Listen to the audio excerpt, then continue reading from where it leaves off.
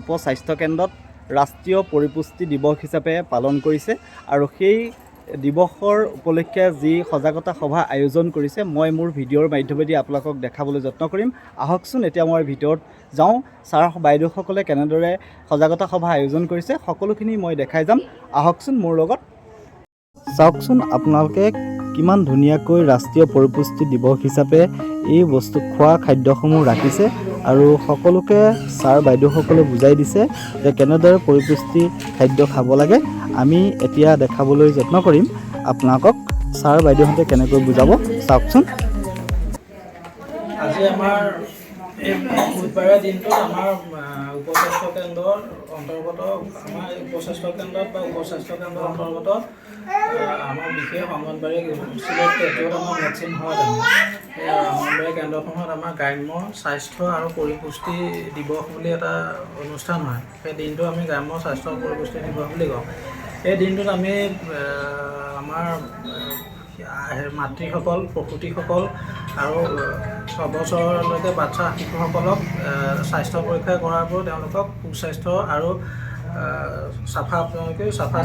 চাফ চিকুণতা সম্পৰ্কত আমি তেওঁলোকক বিশেষভাৱে সজাগ কৰাৰ ব্যৱস্থা পালন কৰোঁ। আজি আমাৰ আজি ৰাওনাপাৰ উপস্বাস্থ্য কেন্দ্ৰত হোৱা গ্ৰাম্য স্বাস্থ্য আৰু পৰিপুষ্টি দিৱসৰ আজি আমাৰ মূল বিষয়বস্তু আছে ৰক্তহীনতা আৰু পৰিপুষ্টি আমাৰ হয়। তেজত হিমগ্ল'বিন বুলি এটা তেজৰ কণা থাকে। তেজত 3টা কণা থাকে: শ্বেতৰক্ত কণিকা, লোহিত ৰক্ত কণিকা আৰু অনুচক্ৰিকা বা প্লেটিলেট বুলি কয়। তাৰে আমাৰ লোহিত ৰক্ত কণিকাৰ পৰিমাণটো যেতিয়া আমাৰ তেজত এটা নিৰ্দিষ্ট জোখতকৈ কমি গুচি যায় তেতিয়া সেই অৱস্থাটো হোৱা ৰোগীক আমি ৰক্তহীনতাত ভোগা ৰোগী বুলি কওঁ। ৰক্তহীনতাটো নিজে এটা ৰোগ নহয়, বেলেগ ৰোগৰ এটা লক্ষণ বুলি নহয়, লক্ষণসমূহ চিণ্ড্ৰম বুলি কয়, লক্ষণসমূহ।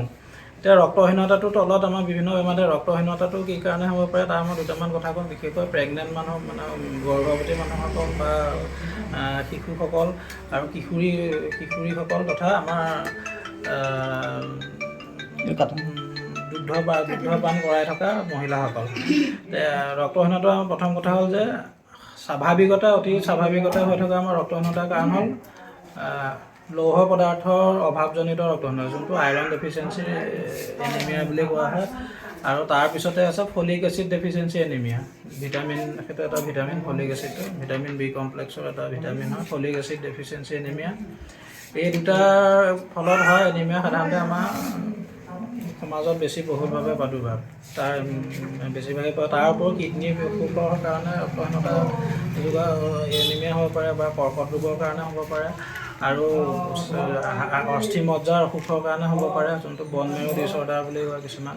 তাৰ উপৰিও কিছুমান বংশগত অসুখ থাকে, থেলাছেমিয়া, হিম'ফেলিয়া এনেকুৱা কিছুমান অসুখ হ'ব পাৰে। তাৰ উপৰিও গেষ্ট্ৰিক আলচাৰ হয় বা পেটৰ খাদ্যনলীৰ আমাৰ কিছুমান ৰক্ত ক্ষৰণকাৰী কিছুমান অসুখ হ'ব পাৰে বা যকৃত যোনটো লিভাৰ বা তাৰো কিছুমান অসুখৰ কাৰণে আমাৰ ৰক্তহীনতা হ'ব পাৰে। সেইখিনি অলপ জটিল পৰ্যায়লৈ যায়, কিন্তু আমাৰ সাধাৰণতে অন্য কোনো অসুখ নহ'লেও সাধাৰণ অৱস্থাত আমাৰ ৰক্তহীনতা হ'ব পাৰে লৌহ পদাৰ্থৰ অভাৱজনিত আৰু vitamin B complex folic acid যোনটো গ্ৰুপ আছে, ফলিক এচিডৰ অভাৱৰ কাৰণে হ'ব পাৰে।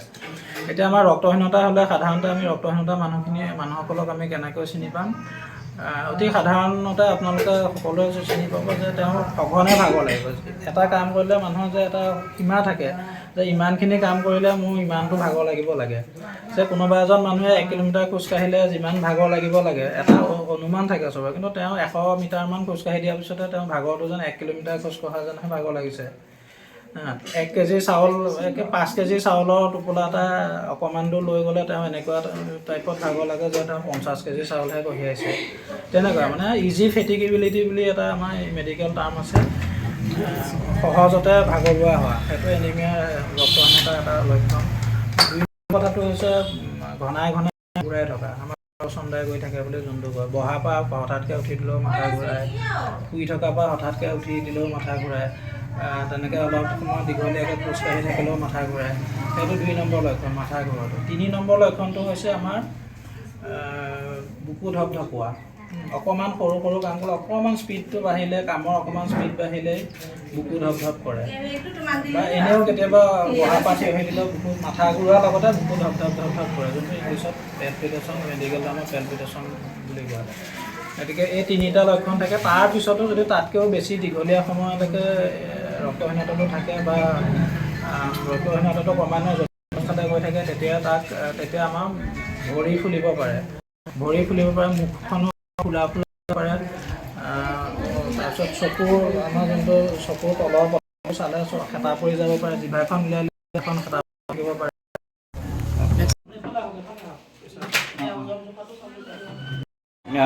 ছাৰ আমাৰ যি পৰিপুষ্টিহীনতা বা এনিমিয়া ৰোগ তেনেকুৱা আমাৰ ৰোগী আমাৰ অঞ্চলত ওলাইছে নেকি?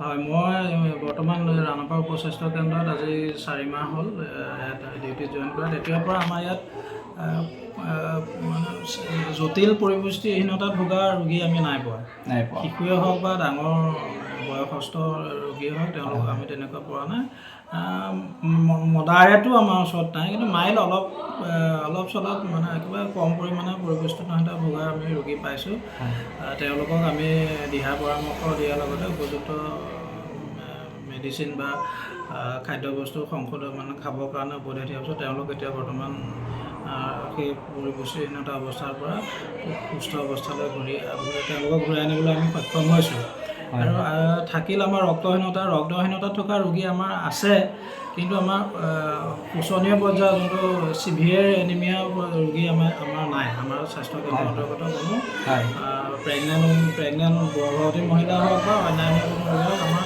চিভিয়েৰ এনিমিক পেচেণ্ট আমাৰ নাই আছে মডাৰেট পেচেণ্ট আছে সেইখিনি আমাৰ উপযুক্ত চিকিৎসা চলাই বহুতসকল মানে এতিয়া ৰিকভাৰীও হৈছে আৰু কিছুমান আমাৰ আণ্ডাৰ ট্ৰিটমেণ্টো আছে তেওঁলোকৰ বিশেষকৈ ৰিকভাৰী হ'ব হয় ছাৰ আপোনালৈ ধন্যবাদ থাকিল এনেকুৱা এটা অনুষ্ঠান পতাৰ বাবে ধন্যবাদ আৰু ছাৰে কৈছে ইমান ধুনীয়াকৈ বুজাই দিছে আপোনালোকে সকলোৱে মোৰ ভিডিঅ'ৰ মাধ্যমেদি জানিব পাৰিব আহকচোন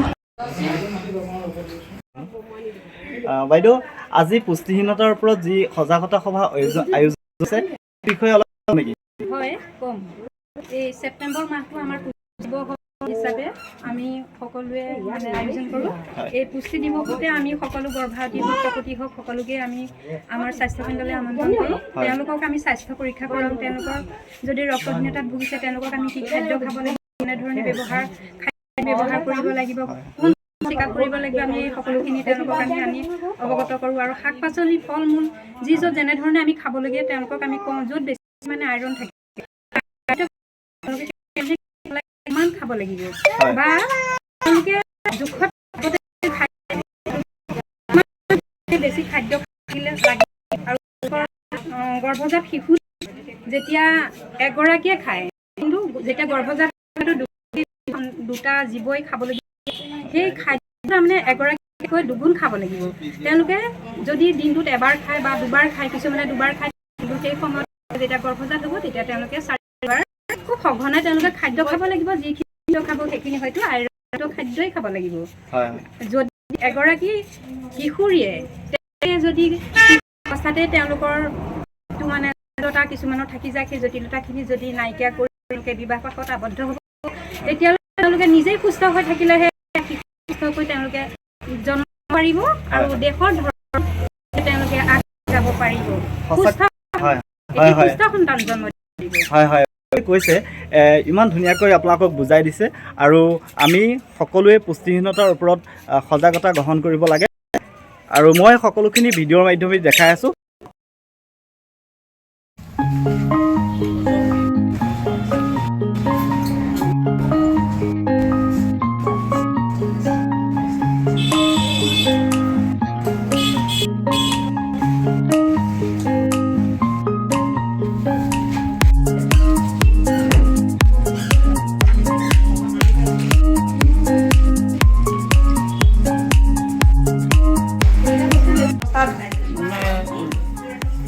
শিশু আৰু মাতৃৰ ডিপথেৰিয়া আৰু টিটেনাছ ধনুষ্টংকাৰ নহ'বৰ কাৰণে DT প্ৰতিষেধক প্ৰদান কৰা হৈছে উপস্বাস্থ্য কেন্দ্ৰত আমাৰ ছাৰ বাইদেউসকলে যি ধৰণে পুষ্টিহীনতাৰ ওপৰত ইমান ধুনীয়াকৈ আপোনালোকক বুজাই দিছে। গতিকে মোৰ ভিডিঅ'ৰ মাধ্যমেদি দেখাবলৈ যত্ন কৰিম।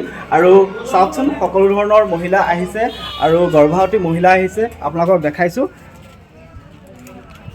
আৰু এনেকৈ মই দেখাবলৈ যত্ন কৰিলোঁ। সঁচাকৈ ভাল লাগিল। আজি ছাৰ বাইদেউহঁতক সকলোলৈ মোৰ আন্তৰিক ধন্যবাদ থাকিল। লগতে মই আপোনালোকক দেখাবলৈ যত্ন কৰিলোঁ আৰু আগলৈ মই এনেদৰে ভিডিঅ' দি যাম। সকলোৱে চাই যাব, লাইক শ্বেয়াৰ কমেণ্ট কৰিবলৈ নাপাহৰিব। আজি মই ভিডিঅ'টো ইমানতে সমাপ্ত কৰিছোঁ। ধন্যবাদ।